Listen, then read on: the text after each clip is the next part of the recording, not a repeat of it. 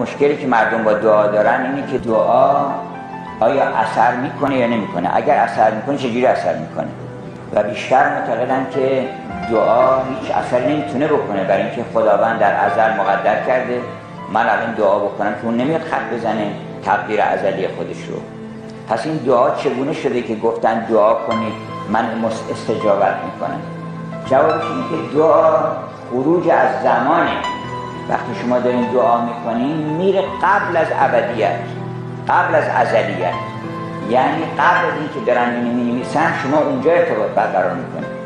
نمی‌نویسن همونجا که قرار بوده بنویسن که این آقا باید به این درد مبتلا بشه همونجا نمی‌نویسن.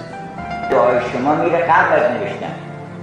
دعا از زمان و مکان بیرون میره، چون خداوند که در زمان نیست.